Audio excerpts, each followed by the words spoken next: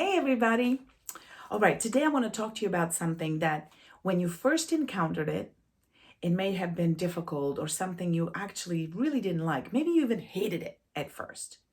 But once you took some time to actually really understand it, or you got lucky enough to meet someone who could offer a different perspective or a trick or two to help you understand and conquer this something, you have completely changed how you view it, how you experience it, and you fall in love with it. Isn't that something that happens a lot, especially when you come across something new and unfamiliar? At first, our instinct tell us, oh no, this is going to be hard. Oh, I don't want to do that. I don't like it, right? Sound familiar? My kids sure do that. They do it with lots of stuff, activities, food, and you name it. I had an experience like that. Um, you know that I wasn't born in the US, so my first language was not English. So when I arrived here and I was enrolled in high school, my senior in high school. That was my first experience of really living among English speaking people and learning how to communicate and with the language because I didn't have a choice. Um, but as you remember, in one of my videos, I shared that my greatest love is theater, and I fell in love with theater back home in Slovakia. So, of course, when I came to high school, I embraced theater and I wanted to be part of it and I wanted to perform and I wanted to, I was taking theater classes. And of course, in theater, you can't help but come across William Shakespeare, the bard. And guess what?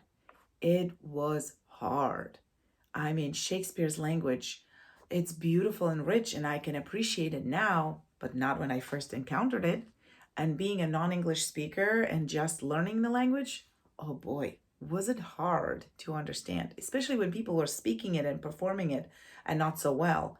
That was difficult. I was completely lost. Of course, I managed to get through it and figure things out, but there was still that feeling of, oh, this is so hard. Oh, I don't understand. It's so confusing.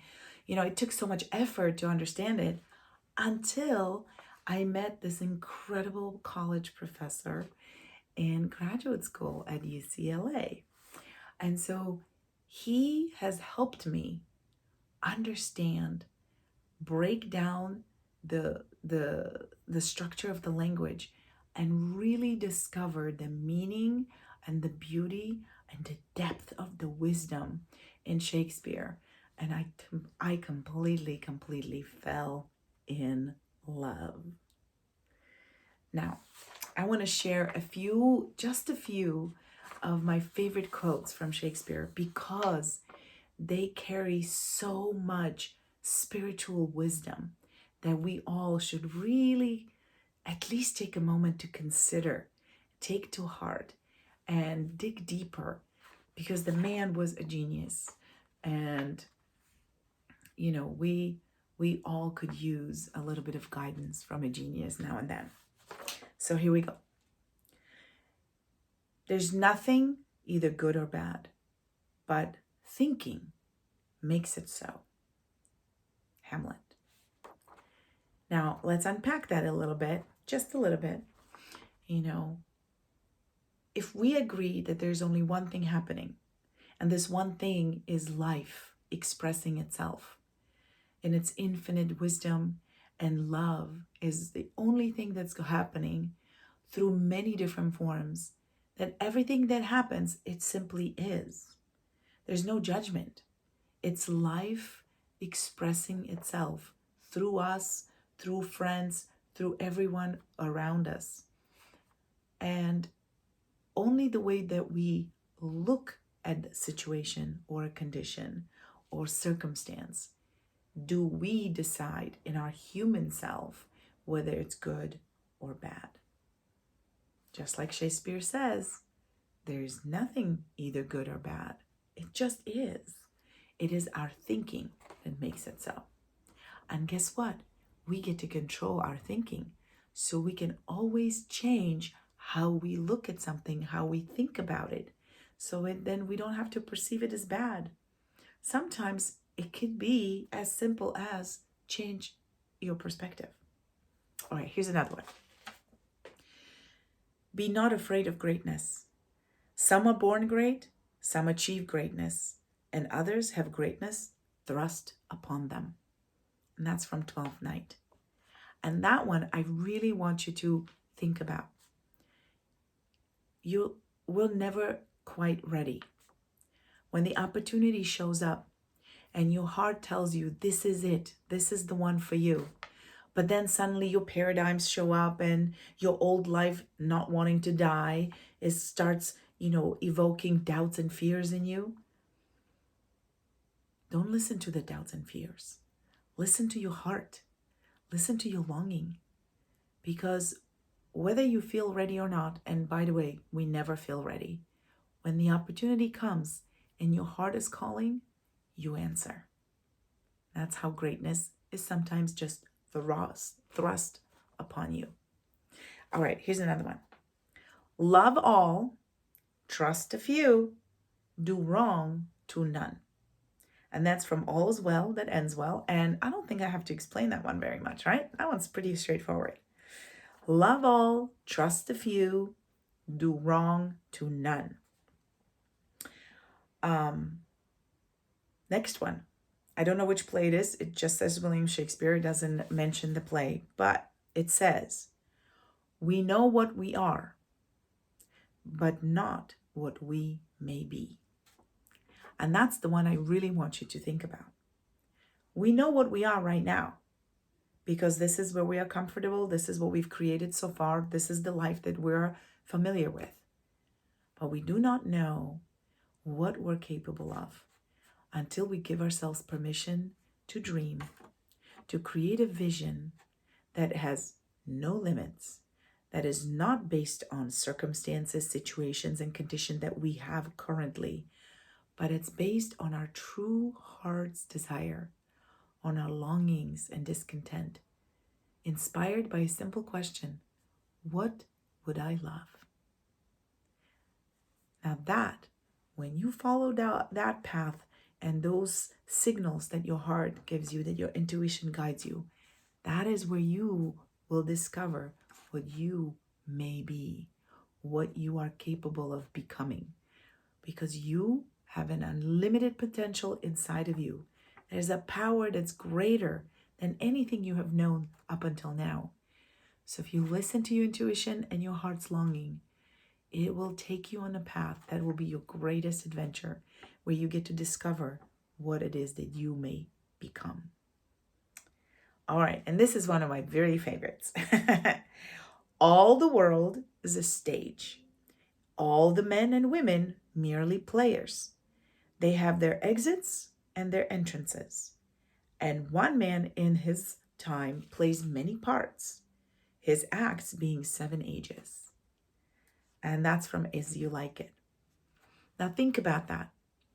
All the world is a stage, and we are merely players. So why not design a role for ourselves that we really want to play? Why get stuck in a role that we happen to create up until now, not knowing that we have another choice? Now that you do, think about it. Who do you want to be? What is the role you really want to play? And why not try on a few different ones? I mean, you only have this one life, right? So experiment, try on something. In the acting world, we say, you're going after a part, and they'll ask you if you have this skill or that skill, whether you have it or not. We always say yes, right? And then you fake it till you make it. But that's how we should live our life. If there's something you truly want, you really, really have a burning desire for it, then you just play the part, put on the role. And that is where theater comes in as a really superb tool that I love to use in my coaching.